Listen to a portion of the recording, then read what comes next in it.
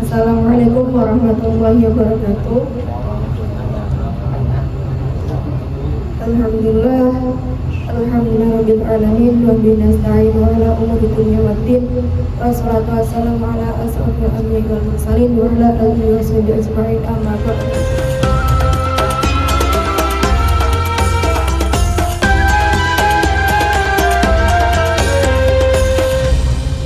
Marilah kita panjatkan syukur dan bersyukur kepada Allah SWT yang telah memberikan nikmatnya sehingga kita bisa berkumpul dengan keadaan sehat walafiat dan melakukan kajian seperti biasa ya.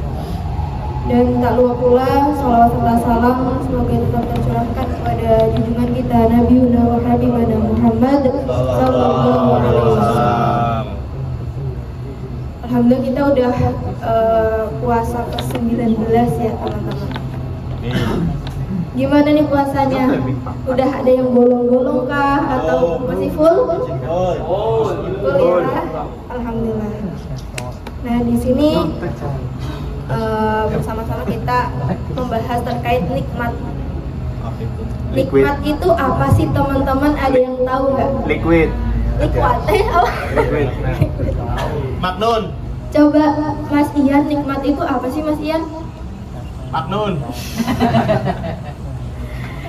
Ada yang tahu nggak nikmat itu apa dalam agama Islam?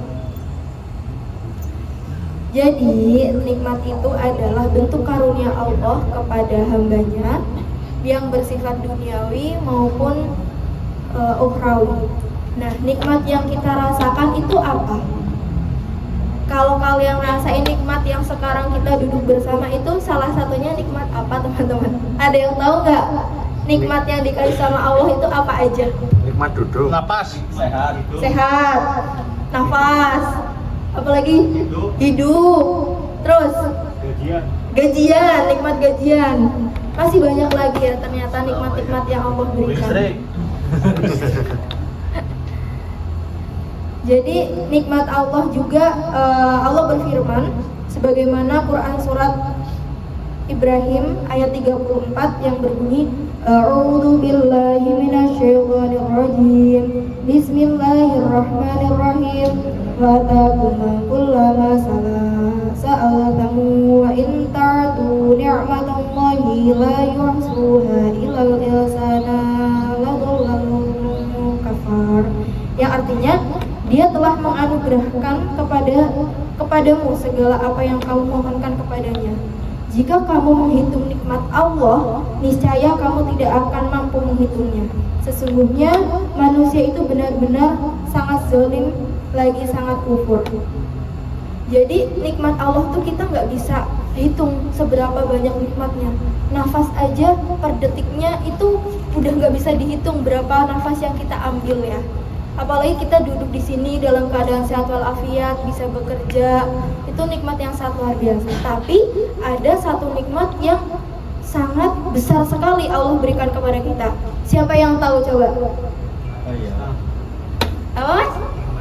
Nikmat Islam. Jadi untuk kita diberikan nikmat yang terbesar yaitu nikmat iman dan Islam. Coba bayangin kita hidup di dunia tidak beragama, tidak beriman, kita tujuannya kemana? Kan gak kemana? Dari duit. Jadi bersyukur sekali kita dikasih nikmat iman dan nikmat Islam. Yang adanya ada yang hak dan yang batil, kita udah ada pedomannya. Apalagi kita punya Al-Quran ya sebagai pedoman kita. Jadi mempermudah kita dalam hidup. Apalagi dunia ini sangat keras sekali ya teman-teman ya. Terus nikmat iman Islam yang kedua, nikmat apalagi yang kalian rasakan? Sehat. Ya betul sekali. Jadi untuk yang nikmat terbesar juga ada nikmat sehat dan waktu luang. Nah nikmat sehat ini kita kalau lagi flu terus bekerja itu aja nggak enak ya teman-teman. Makanya kita wajib banget bersyukur nih, kita diberi kesehatan, terus dijauhkan dari mungkin mara bahaya, kita berangkat kerja terus diberi keselamatan, itu juga nikmat yang sangat luar biasa ya. Terus yang ketiga ada nikmat yang kita nantikan tiap bulannya biasanya sih. Apa coba teman-teman? Duit. Ada nikmat kehidupan dan rizki. Ya sebetulnya rizki itu datang dari mana aja ya. Rizki itu mamet. Datang dari mana aja. Dari dapat teman yang Dari support, Tanjung. terus juga dapat keluarga yang harmonis, dapat partner kerja yang baik ya. Dari situlah nikmat rizki yang Allah berikan kepada kita tak terduga-duga ya. Terus dari nikmat-nikmat tersebut kita juga wajib syukuri ya teman-teman, karena Allah juga memberikan nikmat, gak hanya memberikan saja, melainkan Allah juga memerintah kita untuk selalu bersyukur. Seperti Quran surat Ibrahim ayat 7 yang berbunyi A'udzu billahi minasyaitonir rajim. Bismillahirrahmanirrahim. Wa idza ada rabbukum la bi'sa syakartum la azidannakum wa la bi'sa kafartum in adabi lasyadid. Yang artinya ketika Tuhanmu memaklumkan, sesungguhnya jika kamu bersyukur, niscaya aku akan memberikan nikmat tambahan kepadamu. Tetapi jika kamu mengingkari nikmatku, sesungguhnya azabku benar-benar sangat keras. Jadi cara bersyukur kita itu dengan cara apa? Menikmati nikmat yang diberikan itu salah satunya. Kalau kalian lakukan di kehidupan sehari-hari itu biasanya ngapain teman-teman? Bersyukur. Bersyukurnya tuh caranya gimana nih? Ada yang udah mengimplementasikan dan bisa menjawab nggak? Jadi ya, untuk bentuk syukur yang kita lakukan, ya ada sholat, terus juga mungkin bertutur kata yang baik ya. Jadi ada 3 poin. Dengan kita bisa melakukan nikmati syukur ini, nikmati apa yang diberikan dari Allah ini dengan 3 hal, dengan hati, lisan, dan perbuatan. Nah, kalau dari hati sendiri kita bisa niatkan innamal a'malu binniyat. Kita niatkan segala kegiatan kita, entah itu bekerja, entah itu bertoleransi ya, diniatkan dengan beribadah kepada Allah.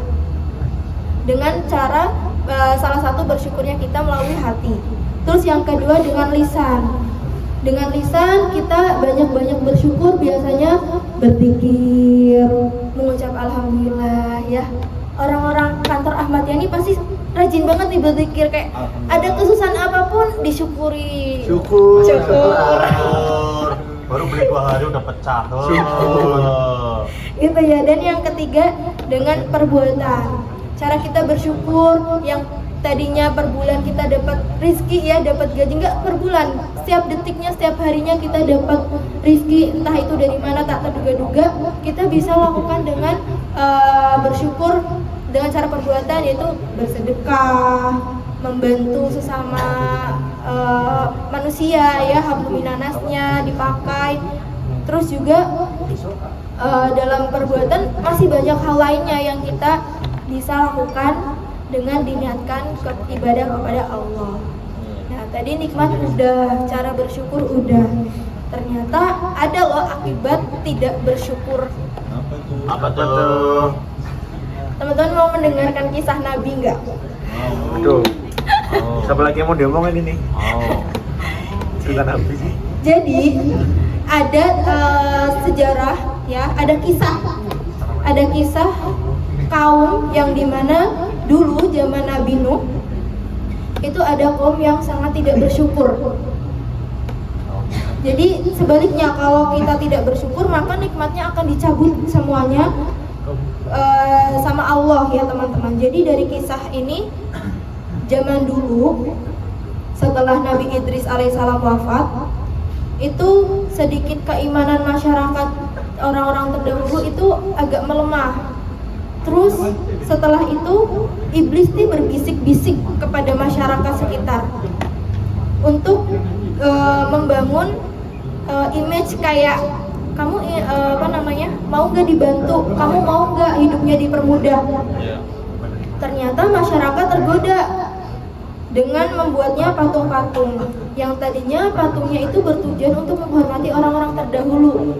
Ternyata setelah imannya makin melemah, iblis makin menggodanya semakin dahsyat, disitulah masyarakat meyakini bahwasanya si patung tersebut bisa membuat lancarnya rezekinya, mempermudah segala hal yang ingin dia lakukan. Makanya dari mulai situ adanya orang-orang menyembah berhala. Nah, Allah pun bakal murka ya teman-teman. Orang udah dikasih kemudahan kok malah menyembah yang bukan Tuhannya. Maka dari itu Allah mempercayai kepada Nabi Nuh untuk mensiarkan, mengingatkan masyarakat-masyarakat di luar sana yang tidak seharusnya menyembah. Siapa yang tahu umur Nabi Nuh? Siapa yang tahu? Wallahu alam. Wallahu a'lam. Umur Nabi Nuh itu 1000 tahun, teman-teman. Sedangkan Nabi Nuh itu mensyiarkan Islam itu berapa tahun coba? 900 tahun. Dari umurnya beliau 1000 tahun, beliau mensyiarkan agama Islam itu 900 tahun. Dan mulai dari yang secara terang-terangan sampai sembunyi-sembunyi itu beliau syiarkan. Tujuannya karena beliau sudah dipercayai dari Allah untuk mensyiarkan agama Islam.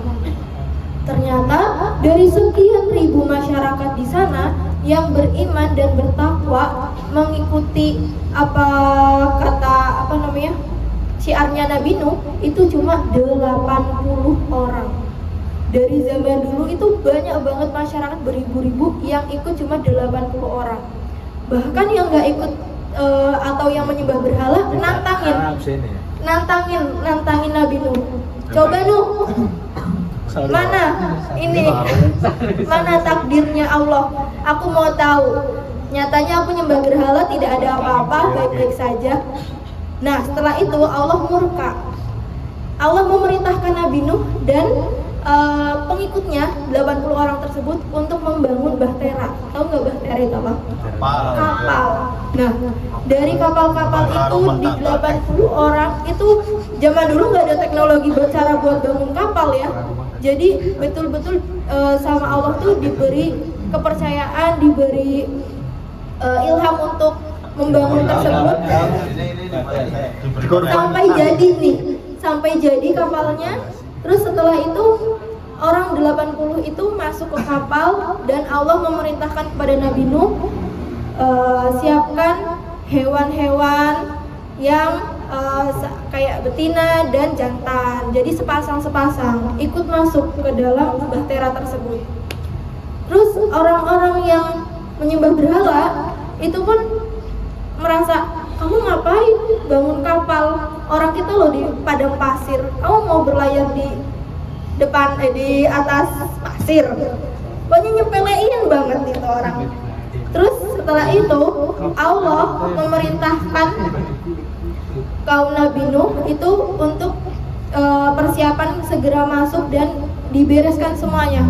Jangan sampai ada terlewat orang 80 itu masuk ke bahtera tersebut. Pada suatu malam Allah memberikan ganjaran. Ganjaran. Jadi ada badai, angin, semuanya sampai di dusun di desa itu, bukan desa itu apa sih namanya? Di kelompok tersebut itu mengakibatkan banjir bandang yang sangat luar biasa. Nah, di situ Nabi Nuh melihat keagungan Tuhan ya. Ternyata memang nyata adanya Allah itu benar-benar murka kepada orang-orang yang tidak bertakwa. Bahkan anak dan istri Nabi Nuh pun ikut hanyut karena tidak bertakwa kepada Allah. Seperti itu. Dan setelah banjir tersebut, nggak ada yang tersisa orang-orang yang tidak bertakwa. Jadi semuanya hanyut, musnah, hilang. Setelah itu lama-kelamaan banjirnya surut dan 80 pengikut Nabi Nuh alhamdulillahnya selamat dan bertakwa kepada Allah gitu. selesai. Mungkin itu ya yang bisa kita ambil dari hikmah-hikmah kisah Nabi Nuh, bahwasanya Allah itu sudah beri kita nikmat, bahwasanya Allah itu udah kasih kita petunjuk, tetapi kita sebagai manusia tetap angkuh dengan petunjuk tersebut ya, itu bahkan nantinya akan diganjar sama Allah gitu. Dan semoga kita selalu menjadi orang-orang yang termasuk orang yang beriman, bertakwa, dan tetap di jalan Allah. Allahumma Amin. mungkin sekian ya dari kajian pada pagi hari ini. Udah ya, nggak ada pertanyaan. Banyak.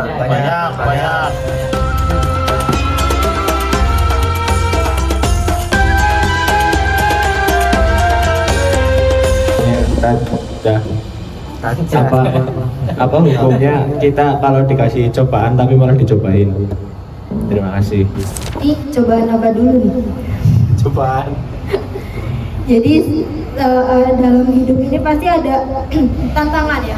Allah itu nggak bakal kasih cobaan kepada hambanya yang melebihi batasnya. Tapi kalau cobaan yang memang kita tuh mau bangkit dari struggle tersebut, ya nggak apa-apa, itu malah oke banget. Tapi kalau semisal cobaannya dalam hal yang tanda kutip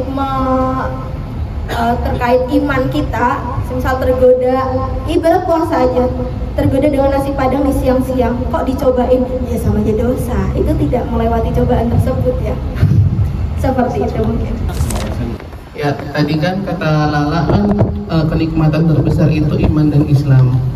Sedangkan Islam itu kan dari bangun tidur sampai tidur lagi itu kan udah ada aturannya sendiri. Tapi kenapa saat kita dapat kenikmatan iman dan Islam, masih banyak orang yang ibaratnya menganggap Islam itu asing di mata masing-masing orang, setiap orangnya gitu loh. Contohnya ada aturan dilarang mendekati zina, tapi mereka malah berzina gitu loh. Dilarang mendekati zina tapi mereka masih pacaran. Terus dalam arti pemerintah sekarang malah tidak ada yang ibaratnya menganggap aturan-aturan Islam itu untuk dilakukan, malah sebaliknya seperti itu. Kayak ibaratnya nanti ke depannya kalau yang nggak bayar pajak motornya malah diambil, itu kan malah aturan Islam tapi asing banget gitu loh. Apa kita memaknai kenikmatan iman dan Islam tapi peraturan-peraturan Islam itu kita anggap asing pada sebagian penganutnya, seperti itu. Terima kasih. Bisa saya. Jadi untuk Islam, kenapa kok banyak orang yang mungkin dari zinanya dulu ya harus menjauhi dari zina, tapi masih banyak orang yang berpacaran. Ini fungsinya iblis dan jin merayu manusia dengan begitu hebatnya. Tapi kita tuh udah dikasih iman sebetulnya, udah dikasih rasa harus menjauhi dari yang batil itu. Tapi godaan jin yang sangat luar biasa dan manusia tersebut tidak kuat dengan godaannya, ya Allah alam, dia bakal terjerumus dengan zina tersebut. Nah, dengan yang tadi peraturan, mungkin ya peraturan yang apa tadi ya? Pajak. Kalau hal tersebut mungkin dari segi pemerintahannya udah mempertimbangkan dari biar masyarakat Indonesia mungkin lebih rapi, lebih rajin berpajak itu mungkin ya. Aku juga agak kurang paham kalau yang terkait soal ini, terkait perpajakan.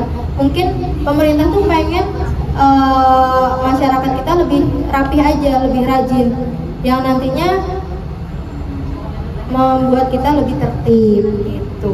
Ambil sisi baiknya aja, sisi buruknya mungkin bisa disingkirkan gitu. Izin bertanya Ustazah. Jadi saya mau bertanya mengenai nikmat Tuhan yang telah diberikan kepada umatnya ya. Jadi mengambil dari kisah anime. Jadi ada sebuah kisah di anime ya dengan judul Hunter x Hunter. Itu ada salah satu karakter yang memiliki sifat masokis. Nah itu kan masokis termasuk nikmat juga yang diberikan oleh Tuhan. Masokis itu kayak sifat gimana? Rasa nikmat yang didapat dari rasa nikmat yang didapat dari melakukan kekerasan, tidak kekerasan. Itu termasuk nikmat yang diberikan oleh Tuhan juga, atau nikmat yang diberikan oleh Tuhan tapi melalui syaitan gitu. Terima kasih. Ini banget ya. Untuk nikmat itu banyak banget. Terus tadi pertanyaannya nikmat kekerasan.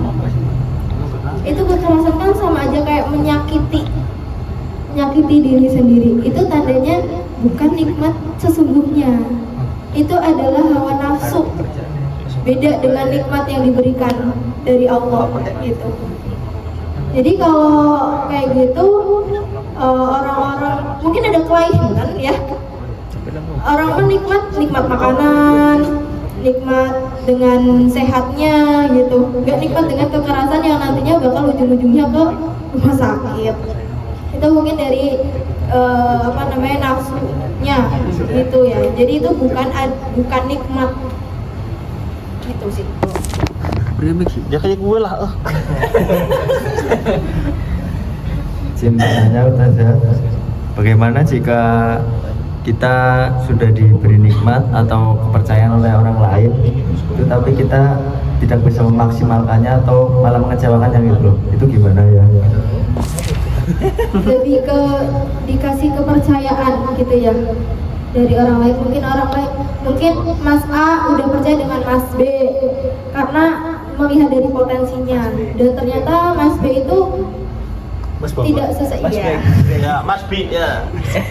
Mas B itu nggak sesuai dengan yang diharapkan oleh Mas A. Jadi ya sebaiknya kalau memang menaruh kepercayaan kepada manusia, kita tidak bisa mengandalkan manusia ya teman-teman. Kembali lagi, kita tidak bisa mengandalkan manusia. Jadi untuk ekspektasi yang berlebih itu kalau bisa diturunkan lagi egonya. Dan mungkin Mas B juga udah merasa aku udah paling ini nih, udah merasa paling works banget nih, udah bekerja keras banget untuk mengejar deadline ini mungkin gitu, tapi tidak sesuai dengan harapan Mas A itu. Jadi ya bisa diobrolin masing sama-sama didiskusiin gimana baiknya, kok nggak bisa target, kendalanya apa gitu. Jadi bisa diobrolin baik-baik gitu. Itu juga ada kayak sebuah kebanggaan tersendiri mungkin buat Mas B diberi kepercayaan, tapi memang semuanya itu kan tidak bisa dilimpahkan atau dipercayakan kepada manusia. Manusia itu juga banyak salah dan luputnya. Tadi kan sudah dibahas tentang nikmat, nikmat terbaik itu nikmat Islam dan nikmat iman ya. Tapi ada juga yang namanya, yang saya tahu itu istijab, itu juga salah satu nikmat. Nah itu kan sama-sama nikmat, itu lebih nikmat yang mana? Terima kasih Ustaz. Nah kalau untuk istijab sendiri, itu kan kenikmatan duniawi seseorang yang terus-menerus bermaksiat ya. Ini konteksnya agak berlawanan ya Pak ya. Jadi kalau untuk iman Islam kan mendekatkan kita kepada yang Maha Kuasa, beribadah, tujuannya memang positif. Akan tapi memang banyak manusia yang tergiur oleh nikmat satu ini, yaitu nikmat istidrat sendiri. Kalau dipikir dengan akal manusia yang mungkin bisa bolak-balik, pasti bakal nikmat istidrat, ya kan? Akan tapi dengan perintah Allah udah dikasih nikmat iman Islam, ya kita harus jauhi dengan hal-hal yang batil tersebut gitu. Jadi ya kalau mau langgeng di akhiratnya, baik di akhiratnya, ya lebih baik nikmatan pilih nikmat iman dan Islam gitu. Ingin bertanya ini Bu Ustazah, tadi kan untuk nikmat itu kan banyak sekali ya. Nah kalau semisal buka puasa dengan al-yukain itu nikmat apa bukan? Dengan Aisyah. Oke, aku menjawab dari pertanyaan Mas Kiki. Al-yukain itu kan sepuasnya ya Mas ya. Sepuasnya. Nah itu kita manusia punya sifat serakah, ya kan? Itu nikmatnya di serakahnya paling ya, kalau all you can eat ya. Jadi kalau bisa, kalau berbuka puasa all you can eat ya seperlunya, secukupnya aja. Kita pun sebagai manusia pasti punya kapasitas makan kan, nggak yang kalau kita satu porsi nggak cukup, 2 porsi nggak cukup, 3 porsi nggak cukup, itu yang makan setan, bukan manusia. 300 gram. Astagfirullah. Setan omong nak orang yang. Jadi kalau ya all you can eat ya seperlunya saja, nggak perlu banyak-banyak. Mungkin ada aturannya juga kan, all you can eat itu nggak boleh bawa pulang. Nah, marak sekali FYP TikTok sekarang all you can eat dikantongin, berkresek-kresek. Itu kan kebijakan dari hotel, dari tempatnya juga kan. Lebih baik ya makan sebelum kenyang itu. Gitu sih, lebih baik tidak Makan sebelum lapar. makan iya kenyang sebelum makan sebelum apa nih? Makan sebelum lapar. Makan di rumah. Makan sebelum lapar. Makan temen. Agak lupa, iya betul itu Mbak siapa tadi yang jawab. Ya itulah ya Mas Iki. Jadi ya makan secukupnya aja. Kalau kepanjangan, nah ya nanti yang ada males-malesan. Nah nanti malah nggak jadi terawih. Apalagi habis terawih kan niatnya puasa.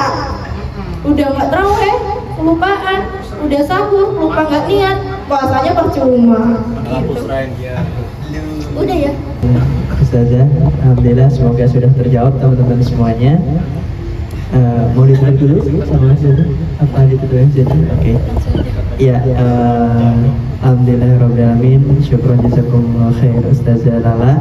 Semoga kajian yang tadi sudah diberikan bisa memberikan ilmu yang bermanfaat bagi kita semuanya dan bisa kita amalkan di kehidupan kita sehari-hari. Dan seperti biasa sebelum kita akhiri, kita tutup dengan bacaan alhamdulillah bersama-sama. Alhamdulillahirabbil alamin, dan doa kafaratul majelis. Subhanakallahumma wa bihamdika asyhadu an la ilaha illa anta astaghfiruka wa atubu ilaik. Terima kasih. Selamat bekerja teman-teman semua. Assalamualaikum warahmatullahi wabarakatuh.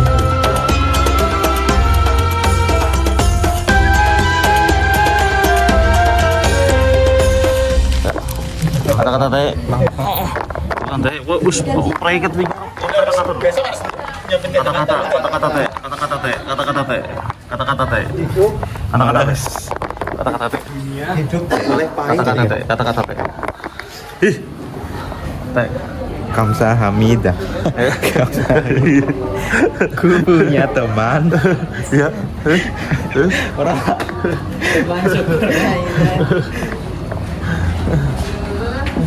kali. Cukup. Untuk hari ini cukup sekian dan terima kasih. Iya.